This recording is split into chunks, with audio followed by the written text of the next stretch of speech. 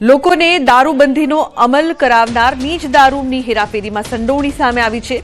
દાહોદના ચાકલિયા પોલીસ સ્ટેશનમાં ફરજ બજાવતા 3 પોલીસકર્મી દ્વારા દારૂની હેરાફેરી, 3 પોલીસકર્મી વિરુદ્ધ પ્રોહિબિશનનો ગુનો દાખલ કરાયો છે। ચાકલિયા, ઝાલોદ અને એલસીબી પોલીસે બાતમીના આધારે દરોડા પાડ્યા હતા। હેડ કોન્સ્ટેબલ અર્જુન ભરિયા અને પોલીસ કોન્સ્ટેબલ પ્રકાશ હઠીલા ગાડીમાં પાયલોટિંગ કરી રહ્યા હતા, જ્યારે હેડ કોન્સ્ટેબલ મોહન તાવિયાડની ગાડીમાં વિદેશી દારૂ ભરેલો હતો। પોલીસને જોઈને પાયલોટિંગ કરી રહેલા પોલીસકર્મી ગાડી મૂકીને ફરાર થયા। કુલ 5,65,000થી વધુનો મુદ્દામાલ જપ્ત કરી ફરાર પોલીસકર્મીઓ વિરુદ્ધ ગુનો દાખલ કરવામાં આવ્યો છે। 3 પોલીસકર્મી ચાકલિયા પોલીસ સ્ટેશનમાં જ ફરજ બજાવે છે તેવું પણ સામે આવ્યું છે।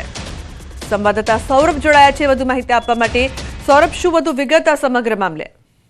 બિલકુલ કહી શકાય કે અત્યારે દાહોદની અંદર ખાકીને લજાવતો એક કિસ્સો સામે આવ્યો છે, જેમાં દાહોદ અને ગુજરાતની અંદર હાલ દારૂની કડક અમલવારી કરવામાં આવી રહી છે, પરંતુ દારૂની અમલવારી કરાવનાર જ પોલીસ કર્મચારીઓ દારૂની હેરાફેરીમાં સંડોવાયા હોય તેવો કિસ્સો સામે આવ્યો છે।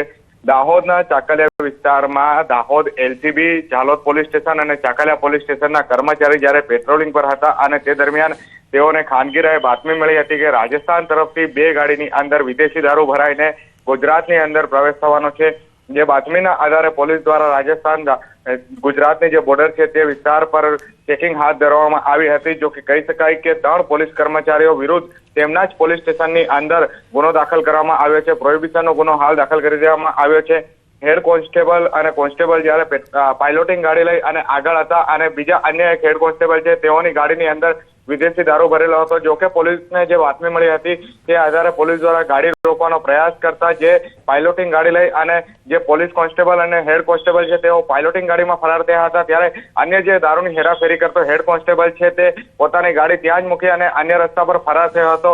હાલ પોલીસ દ્વારા ગાડીની તલાશી લેતા ગાડીમાંથી કુલ 66,446 રૂપિયાનો વિદેશી દારૂ તેમજ ગાડી મળી 5,66,646 રૂપિયાનો મુદ્દામાલ જપ્ત કરાયો છે અને પોલીસે 3 ફરાર પોલીસ કર્મચારીઓ વિરુદ્ધ તેમના જ પોલીસ સ્ટેશનમાં ગુનો નોંધી અને તેમની વધુ તપાસ હાથ ધરવામાં આવી છે। બિલકુલ સૌરભ, પોલીસ તંત્ર માટે આ ખૂબ જ શરમજનક ઘટના કહી શકાય, કારણ કે બુટલેગરો શું પકડશે જો પોલીસ પોતે જ આ પ્રકારનું કૃત્ય કરતી હોય? શું તેમની વિરુદ્ધ પગલાં લેવામાં આવશે તેવી કોઈ ચર્ચા જો થઈ રહી હોય પોલીસ બેડામાં? અત્યાર સુધીમાં ડીવાયએસપી દ્વારા કોઈ પણ પ્રકારની માહિતી આપવામાં આવી નથી, પરંતુ હાલ તેમના વિરુદ્ધમાં ગુનો દાખલ કરી દેવામાં આવ્યો છે અને આ જે 3 ફરાર પોલીસ કર્મચારીઓની હાલ શોધખોળ હાથ ધરવામાં આવી રહી છે, તેમને અટકાયત કરવામાં આવશે, ત્યારબાદ વધુ કાર્યવાહી હાથ ધરવામાં આવશે। જી બિલકુલ, આભાર સમગ્ર માહિતી બદલ। અન્ય સમાચાર, કચ્છથી તલવાર લઈને યુવકે ભય ફેલાવ્યો। માધાપર ગાંધી સર્કલ પાસે યુવકનો આતંક સામે આવ્યો છે। મંદિરમાંથી તલવાર લાવી જાહેર રોડ પર ફરતો દેખાયો હતો। વિડીયો વાયરલ થતા પોલીસે તાત્કાલિક કાર્યવાહી કરી યુવાનને રાઉન્ડઅપ કરી જાહેર સુલેહ શાંતિ ભંગ બદલ અટકાયત કરવામાં આવી છે। તો જામીન પર છૂટ્યા બાદ યુવાને જાહેરમાં માફી પણ માંગી છે। મંદિરમાંથી તલવાર લઈને રસ્તા પર ફર્યો હતો। તલવાર લઈને યુવકે ભય ફેલાવ્યો હતો। લોકોમાં ડરનો માહોલ જોવા મળ્યો હતો।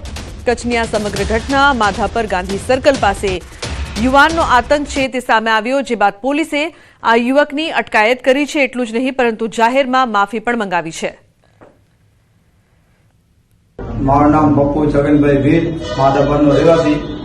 હથિયાર લઈને ફરતો હતો, એકવાર ભૂલ થઈ ગઈ, બીજી વાર મારી ભૂલ નહીં થઈ, માફી માંગુ છું। તો સુરતના કામરેજમાં દુર્ઘટના, લિફ્ટ અને દિવાલ વચ્ચે કચડાઈ જતા મોત નીપજ્યું છે।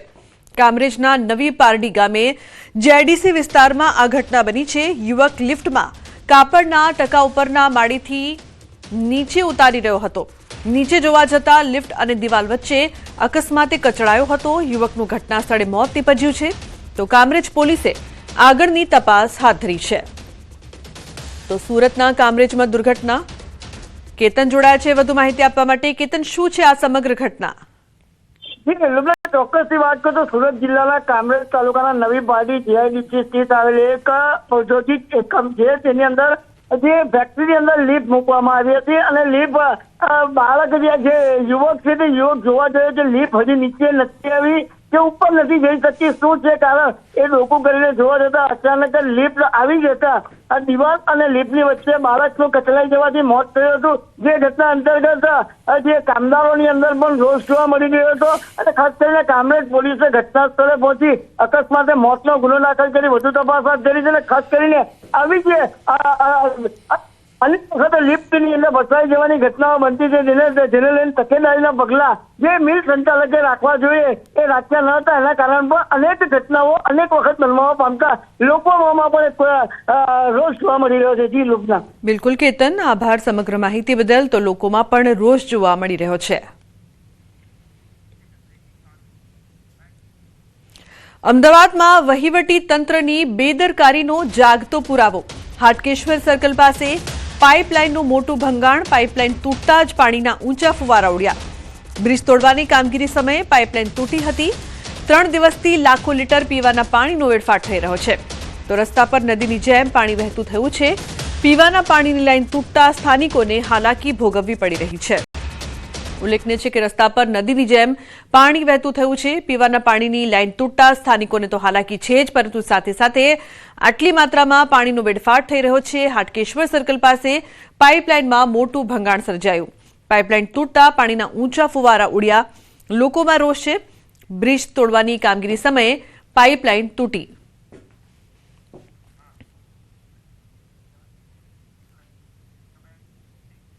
હવે વાત કરીશું 4 પગનો આતંક.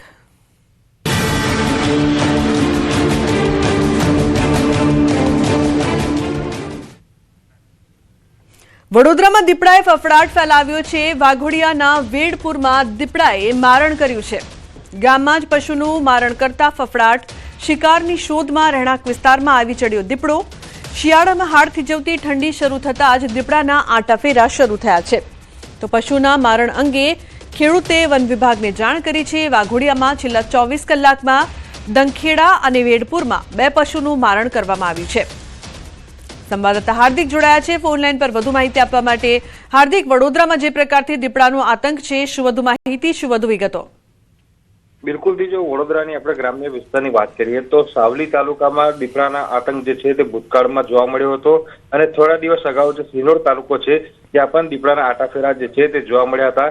ત્યારે અત્યારે વાઘોડિયા તાલુકામાંથી દીપડાના આતંકના સમાચાર જે છે તે સામે આવી રહ્યા છે. આ દીપડો જે છે તે શિકારની શોધમાં ગામમાં આવી ચડ્યો હતો અને ગામમાં રહેણાંક વિસ્તાર છે ત્યાં તેમને પશુનું મારણ જે છે તે દીપડા દ્વારા કરવામાં આવ્યું હતું.